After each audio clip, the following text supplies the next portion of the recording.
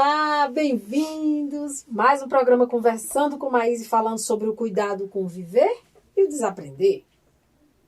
É para refletir. Viver Melhor é um texto de André Luiz, psicografado por Chico Xavier. Todos queremos ser felizes, viver melhor.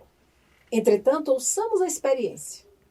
A felicidade não é um tapete mágico. A vida é dom de Deus em todos. Se aspiramos a viver melhor, escolhamos o lugar de servir na causa do bem de todos. Engaje-se na fila dos servidores que se lhe afine com as aptidões.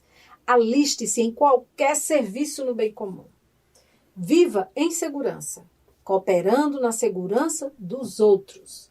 Aprendamos a entregar o melhor de nós à vida que nos rodeia e a vida nos fará receber o melhor dela própria. Seja feliz fazendo os outros felizes.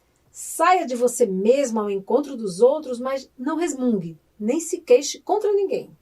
E os outros nos farão encontrar Deus. Não julgue que semelhante instrução seja assunto unicamente para você que ainda se acha na terra. Se você acredita que os chamados mortos estão em paz gratuita, o engano é seu. Porque os mortos, se quiserem paz, que aprendam a sair de si mesmo e a servirem também. Muito profundo, né? Um grande André Luiz. Sou fã dele. É mesmo. É viver e desaprender. Tem que ter cuidado mesmo, né? Muito cuidado. Muito cuidado para não assumir maiores dívidas, né? Muito cuidado mesmo. Interessante o texto de André Luiz, né? Como ele mostra que você só vai conseguir ser feliz e realmente aprender o que é viver. Porque será que a gente sabe o que é viver? Será que a gente entendeu por que a gente está aqui mesmo? Será que a gente está aqui para comprar um carro, comprar uma casa, viajar, conhecer o mundo? Ou a gente está aqui para outras coisas? E aí André Luiz tenta nos mostrar que para você viver de verdade, você precisa aprender a amar o outro como a você mesmo. Então você precisa aprender a não querer ser feliz sozinho, mas fazer o outro feliz. Sair de si, né? A não querer ter tudo para você, mas ter tudo para todos. A aprender a compartilhar. Esse é o grande segredo, né, Maísa? E André Luiz foi mestre nisso. Teve que se tornar, porque ele retorna ao mundo espiritual completamente convicto do que ele dominava, que era a ciência. Como médico, que era a racionalidade, que era achar que ele não prestava contas de nada a ninguém, amava a família, mas tinha uma série de condições que ele colocava. Foi um rapaz profundamente equivocado na sua juventude, no sentido de que o pai dele era um agiota, e ele dava toda a força para o pai quando o pai queria levar a pessoa que devia dinheiro à falência. E no mundo espiritual ele teve que desaprender tudo. A maneira como ele enxergava a vida e perceber que ele era um fracasso em termos espirituais. Um fracasso até mesmo como médico, porque não soube honrar todo o conhecimento que ele havia conquistado como médico. Então, ele mesmo relata na sua obra maravilhosa, Nosso Lar, que ele não tinha condições no mundo espiritual de ser nem padioleiro, de carregar a padiola de algum espírito sofredor doente que estivesse deitado ali. Quanto mais o médico que ele tinha sido na Terra. Então, ele teve que desaprender o orgulho dele, o egoísmo, porque era tudo para ele, para a família e só. E, aliás, isso é preciso cuidado. Eu conheci muitos espíritos que relatam que tiveram que, no mundo espiritual, passar anos longe, distante da família corpórea que haviam tido, porque se descobriram profundos egoístas quando desencarnaram. Tinham vivido só para aquele núcleo familiar, era só quem importava, então tiveram que se afastar da própria família, não puderam ser assim protetores da família que ficara, porque tiveram que buscar trabalho muito distante dali, até ter merecimento de retornar àquele núcleo familiar, que no fundo era um núcleo completamente fechado. Então André Luiz, em cada livro dele, foram 16 obras magníficas, através de Chico Xavier, ele teve que desaprender. E, aliás, desaprender inclusive da sensação que ele tinha, a certeza que ele tinha de que ele sabia tudo. Ele ficou 3 anos acompanhando a psicografia de Chico Xavier calado, sem dizer quem era. 3 anos.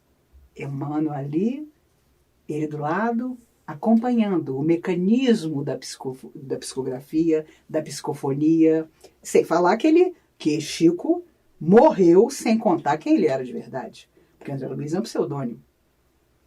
Então, as teorias são as mais diversas, né? Há quem diga que ele foi Carlos Chagas, e há grande possibilidade de que isso seja verdade mesmo, né? Pessoas que estavam em torno do Chico dizem que ele era o Carlos Chagas, mas o Chico mesmo nunca disse, porque respeitou sempre que o espírito queria se manter anônimo. Até porque Chico Xavier tinha sido processado pela família de Humberto de Campos. Então, as pessoas até se equivocam. Se eles processaram porque não acreditavam que era Humberto de Campos que escrevia através do Chico. Não, eles queriam dinheiro. O dinheiro das obras. E o Chico não tinha um centavo, porque toda a obra ele ia no cartório e doava a renda daquela obra. Ele fez assim com todos os 400 e tantos livros. Então, ele tinha medo, André Luiz tinha medo de que houvesse um processo de alguém da família dele sobre o Chico. Então, usou desde sempre o pseudônimo André Luiz. Mas foi uma pessoa, um espírito, que fora da matéria teve que desaprender um monte de coisa para aprender de verdade. Olha, essa semana os e-mails estão difíceis, grandes. Uma amiga do Paraná, depois você vai responder escrito. Meu marido pediu a separação há quase 3 meses. Temos uma filha de 5 anos, estou sofrendo muito. Ele diz que gosta de mim, sente falta, mas que minhas cobranças, ciúmes e controle não mudam. Sou espírita, frequento a casa, tenho muita ajuda, mas às vezes é difícil. Entendo que preciso ser forte, passar por tudo, melhorar, mas ainda tenho esperança no meu casamento. E nem sempre consigo ficar bem. Penso o dia todo nisso, meu emocional acaba ficando abalado. Tenho medo de ficar doente. O que fazer?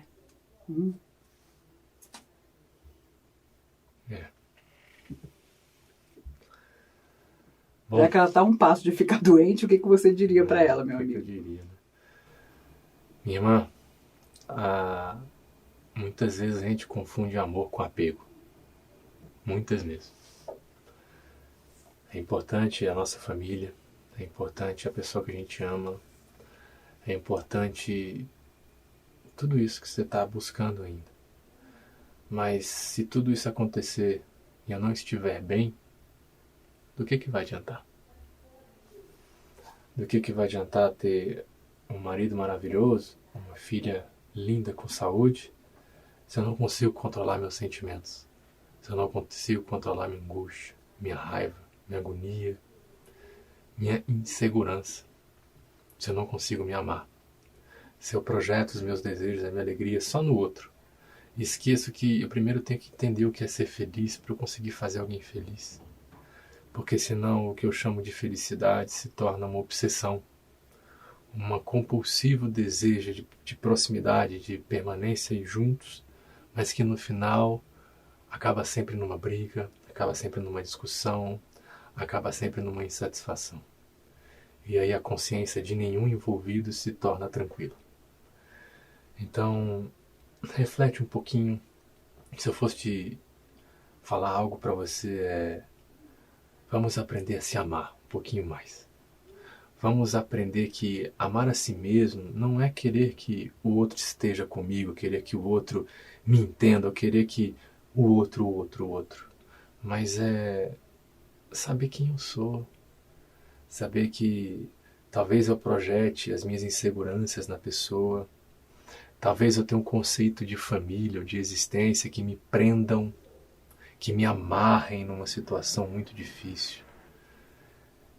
Coragem, minha irmã. Força de vontade mesmo. Coragem. Levantar a cabeça e saber que tudo vai ficar bem. Se não ficou ainda, é porque ainda não chegou o fim, né? Mas tem também as alegações dele. Se é verdade, tudo isso que ele colocou para se separar, você podia sentar ele e tentar mudar, né? Mas tem que ver se realmente ele tem razão, se os motivos são outros e ele não teve coragem de te falar, se ele realmente já deu como findo o relacionamento de vocês estarão sempre ligados pela filha que vocês têm, então tem que manter minimamente, ainda mais por ela ser ainda uma criança pequena, um bom relacionamento, não é? E não tenha vergonha de dizer, olha, realmente eu pisei na bola completamente, mas me dá uma última chance, me dá um tempo, né? Me dá um tempo, assim, de uns meses para eu me recompor, né? E também se vale mesmo a pena, porque às vezes você prefere continuar ciumenta, etc., como ele coloca aí, do que repensar essas atitudes. Né? Porque ele também pode ser uma pessoa que tem lá as dificuldades dele, mas está colocando sobre você essa responsabilidade. Olha, estou indo embora porque você é ciumenta, porque você é isso ou aquilo, e a gente não escutou ainda o seu lado, é no seu lado do sofrimento que você está enfrentando. Sabe, seja o que for, peça as forças do bem que te apontem o melhor caminho, e que seja o caminho do seu coração, mas do seu coração renovado, esperançoso, não é? Sem pensar em loucura, sem pensar em bobagem, porque você tem uma filha junto de você, que com certeza conta mais do que com seu carinho, com seu equilíbrio. Como todo filho deve ter de pai, de mãe, não é? Pense que o melhor virá, com certeza. E muitas vezes o melhor está guardado para o final. Às vezes o melhor também é admitir que o principal talvez não exista mais, que é amor de verdade. Porque amor também acaba. Só que se ainda existir, de ambas as partes, vamos sentar e encontrar uma saída. Uma dúvida que eu tenho, se a gente veio aqui para evoluir, né? A gente está na nossa melhor versão. Como é que a gente consegue desaprender? Como consegue desaprender? O que não for bom, a gente precisa desaprender, sim. Né? A gente pode, inclusive não existe involução, a gente pode estacionar durante séculos, mas voltar atrás no nosso processo evolutivo nunca. Né? Muitos dos nossos protetores espirituais são pessoas que seguiram em frente e que rentearam conosco na Terra. Só que elas seguiram em frente e nós ficamos assim, 600, 800 anos, sentados na beira do caminho, como diz a música do Erasmo Carlos. E aí não dá. Ele não queria parar, ele não queria deixar de avançar, seguiu. Você ficou. Né? Isso pode parecer uma besteira. Eu me recordo que uma vez, uma pessoa sozinha, que não tinha formado família e tal, comentou comigo, né? Que, gostei de fulano, todos aqueles amores impossíveis, né? De propósito até, a pessoa gostava de quem ia dar problema mesmo. Aí eu vi ao lado dela um moço muito emocionado de estar ali ao lado dela. A gente via que ele não estava acompanhando ela permanentemente, mas ele estava ali naquele momento. E ele dizendo do amor que ele tinha tido por ela, em várias vidas. E quanto ele tinha errado também junto com ela, né? Mas que ele tinha seguido. Era um espírito de luz, inclusive. E ele não quis, claro, pela bondade dele, dizer por quê, estava aqui gramando na terra ainda no corpo de carne. Aí olha como a gente é bobo, né? Eu, achando aquilo tão lindo, fui falar para a pessoa. Olha, você sabe, você está aqui se queixando de tanta coisa. No entanto, aqui do lado tem um espírito de luz. Raro da gente ver assim, numa simples conversa. Ele está aqui com a mão no seu ombro, dizendo que te aguarda um dia, que vocês têm uma caminhada juntos, que ele tem certeza que vocês vão estar juntos em algum momento. Gente, ela ficou com uma raiva tão grande. Ela virou e disse assim, por que você está me dizendo isso? O que essa pessoa sentiu por mim nem me interessa, não me importa, porque eu não lembro. E também, e ele que sofra, porque para mim não foi importante. Olha, gente, eu juro para vocês, na hora que eu olhei, no segundo seguinte, o espírito estava lá. E se Deus quiser, ele deve ter seguido o rumo dele. Vazou. Agora, pode ter certeza que um dia, em alguma parte, ela vai encontrar. Porque eu pedi, falei, Jesus, que ela encontre esse cara.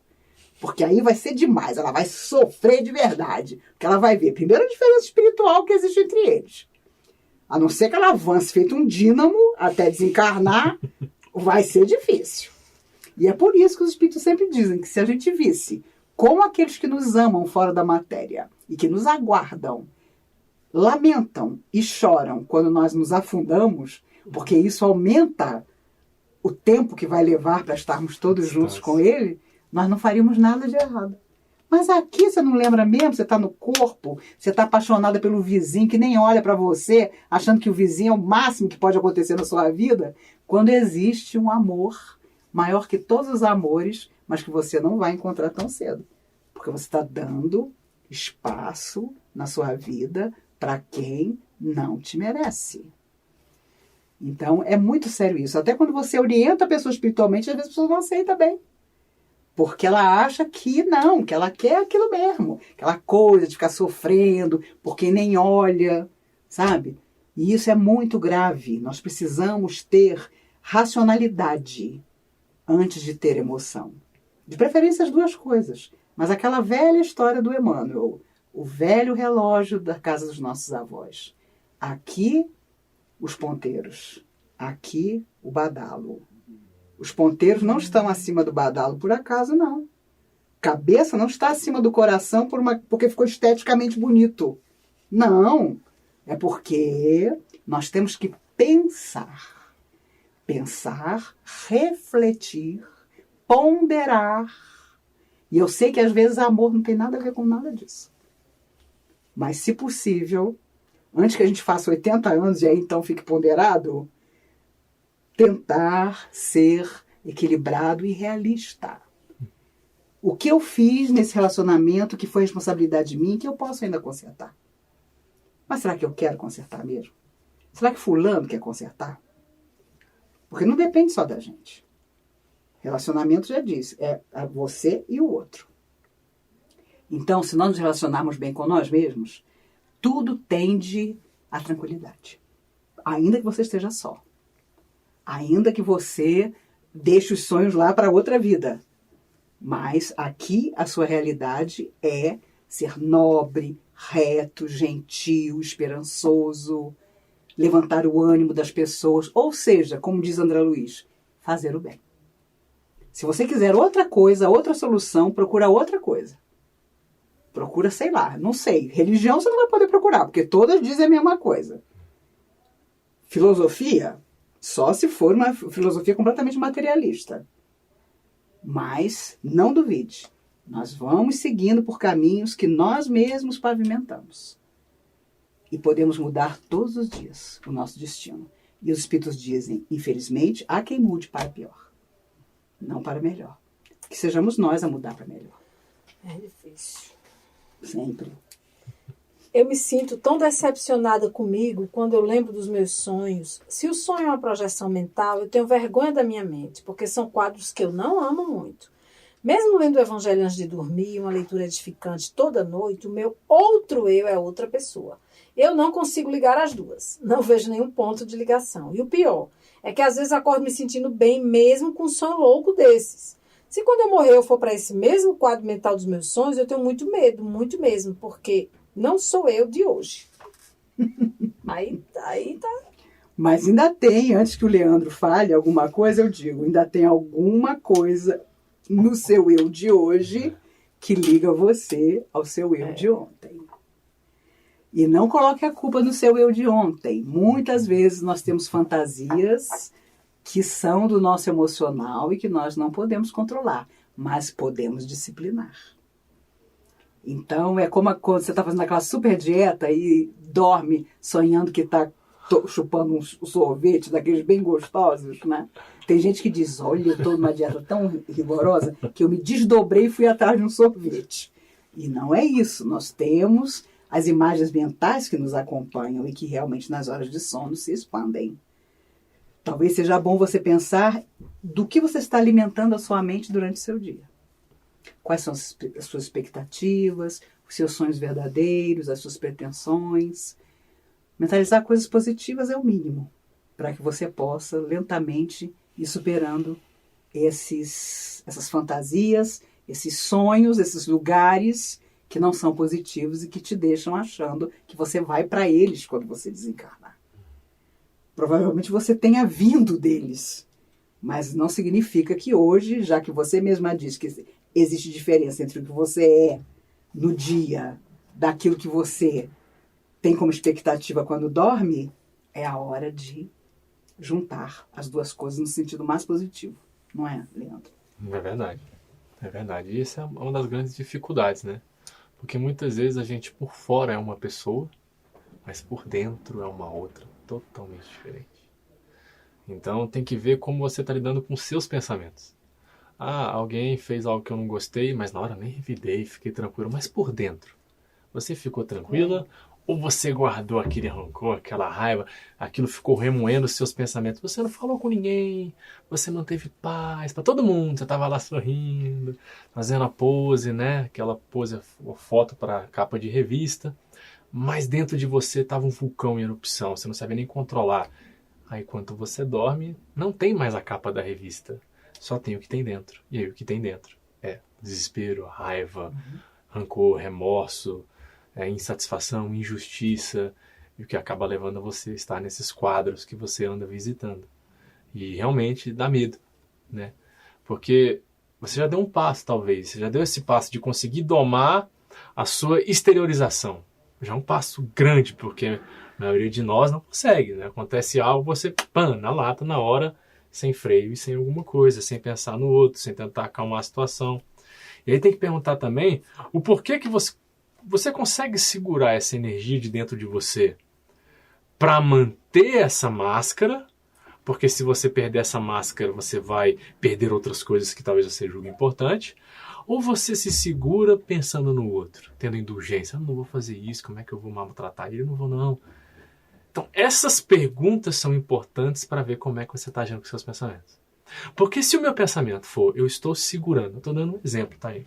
Estou segurando aqui a situação, não vou estourar, porque se eu estourar, todo mundo vai perder a imagem que tem de mim, aí depois não vão me chamar para estar aqui, ou depois não vou perder meu trabalho, ou vão dificultar meu acesso. Eu posso conseguir segurar, mas dentro de mim está um vulcão em erupção. Porque eu vou achar injusto, porque eu vou ter raiva, porque isso não é possível, como é que as pessoas agem assim, como é que o mundo pode ser desse jeito, como é que isso pode ocorrer, e isso vai tomar conta de mim por dentro. Agora, se naquele momento que a pessoa fez algo que eu julguei que não era correto, que não era o melhor, e eu não revidei a ela, porque eu estou tendo uma indulgência com ela, porque eu vejo que no momento ela não está no momento bom, que talvez ela esteja com um sofrimento que eu nem conheço, e quantas vezes eu já não fiz isso com alguém, o meu eu vai ficar em paz. Eu não vou carregar aquilo para dentro de mim. A negatividade veio do mundo, mas eu não coloquei ela dentro de mim. Ou seja, veio da existência, né? E eu não coloquei dentro de mim. Eu falei, muito obrigado, mas eu continuo com a minha paz. Mas a paz interna, não a paz externa do sorriso, né? Falso. Mas a paz interna. Então isso é uma coisa que talvez você tenha que começar a pensar e refletir sobre você. Porque pode ser que você já tenha conseguido domar suas atitudes exteriores. Então, para a sua vida, você já está com a atitude correta, você já não está mais fazendo aquilo que você fazia, já conseguiu domar muita coisa. Mas isso materialmente falando, exteriorização material. Mas internamente você continua controlando, segurando, amargurando, sofrendo, insatisfeito, injustiça. E isso reflete com certeza no seu sono. Porque quando você dorme e desdobra, aquela preocupação latente que eu estava é a primeira coisa que eu vou tentar resolver. Então, se eu tive algo com alguém e eu não resolvi, a primeira coisa que eu vou fazer é bater boca com ela lá. Quem você acha que é? Como é que é esse negócio? Agora vamos resolver aqui. Agora não tem statusinho social, não tem trabalhinho. Vamos resolver. Que história era aquela que você estava fazendo comigo? E aí você vê quadros e quadros de... né? Se falar que seria interessante você fazer uma prece antes de dormir. Leia uma página edificante, não precisa ser do Evangelho, não. Leia uma página edificante, faça sua oração, não durma no escuro completo. Deixa a luz do corredor incidir sobre seu quarto, ou então uma pequena luz de abajur próximo a você, sabe? Peça mesmo as forças do bem que te apoiem. Tenha mentalizações positivas, leia realmente um livro bom, sabe? Uma revista interessante, tenha bons pensamentos. Amanhã quando eu acordar vou fazer isso, vou fazer aquilo. Porque é uma maneira, nós irmos treinando o nosso psiquismo para ter cada vez menos dificuldades em relação a isso. Aí falando nisso, eu tenho tanto medo de rezar, eu não consigo. Quando começo a rezar, eu me sinto observada. Gelo na hora e paro.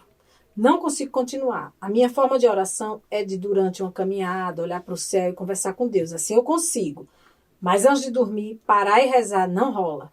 Morro de medo de ser observada. Será que é normal? Deve ser normal, porque você com certeza tem alguma mediunidade que faz você estar em contato com os invisíveis que na hora da sua oração se aproximam mesmo. Que é para te dar bons pensamentos, trocar boa energia com você. Quando a gente faz uma prece, as almas que sofrem até às vezes nos observam também. Mas só trocam energia conosco na nossa hora de oração aqueles que podem fazê-lo. Então, que bom que quando você caminha, você conversa com Deus, que quando você olha para o céu, você tem pensamentos positivos. A maior de todas as orações, minha amiga, é fazer o bem. a maior de todas. Não duvide disso. Mas foi extraordinário quando Pedro pediu a Jesus que os ensinasse a orar. E Jesus diz, Pai Nosso. Nunca Deus tinha sido chamado de Pai. Essa foi a grande, talvez a maior de todas as transformações no coração do homem. Quando Jesus ensina a chamar Deus de Pai. Então, mesmo que você não se sinta confortável fazendo prece, saiba que Ele é Pai de todos nós e seu também, em todas as circunstâncias da sua vida. Mas que a sua oração seja, por exemplo, quando você estiver se sentindo muito bem, que aquela sensação de bem-estar, você intimamente diga que isso possa iluminar o meu caminho e o caminho de todas as pessoas em volta de mim. E se ela tem medo de rezar para dormir, se tiver um jardim na casa dela, bota o pijama e fica rodando, rezando até chega na cama. Não é não? Faz um Cooper, já aproveita logo. Valesca sempre tem uma solução que a gente nunca pensa, Nunca pensou. mas que de repente pode Pagaria tudo, funcionar. pegava o pijama, ficava rodando no meu jardim rezando e voltava. Depois pronto. Olha Bati só. meu ponto. Vamos escolher o tema do próximo? Sim. Vamos lá. Destinos cruzados, um dia a casa cai e Jesus foi menino. Até porque nós estamos chegando no Natal. Né? Próxima semana, Jingle Bell. Vamos ficar com Jesus foi menino? Às vezes a gente se esquece. Exatamente. Só tem aquela imagem dele sofrendo na cruz e nem é assim. Ele era também um gato, né? A vida iluminada, todo respeito. Deve ter sido um menino fofo. Deve ter sido muito fofinho Com mesmo. certeza. Os espíritos contam que para fazer parte da turminha dele, tinha uma coisa que você nunca podia fazer, que era maltratar animais. Olha que isso naquela época, né, era revolucionário. Porque as crianças adoravam, né? Sabe, não tinham nada. Então a distração era pegar gato, né? Era um jeito de se distrair, vamos dizer assim. Mas Jesus, muito pequeno, colocava isso como condição. Para estar próximo a ele, a primeira coisa é que não se maltratava nada nem a ninguém. Que lindo, né? Bonito. Então vamos nos inspirar nesse clima natalino, para pensar em Jesus menino, para na outra semana a gente conversar aqui sobre o tema. Para você também alimentar a criança interior, que todo mundo tem, que às vezes está esquecida, está estressada, está dormindo, está até maltratada, né?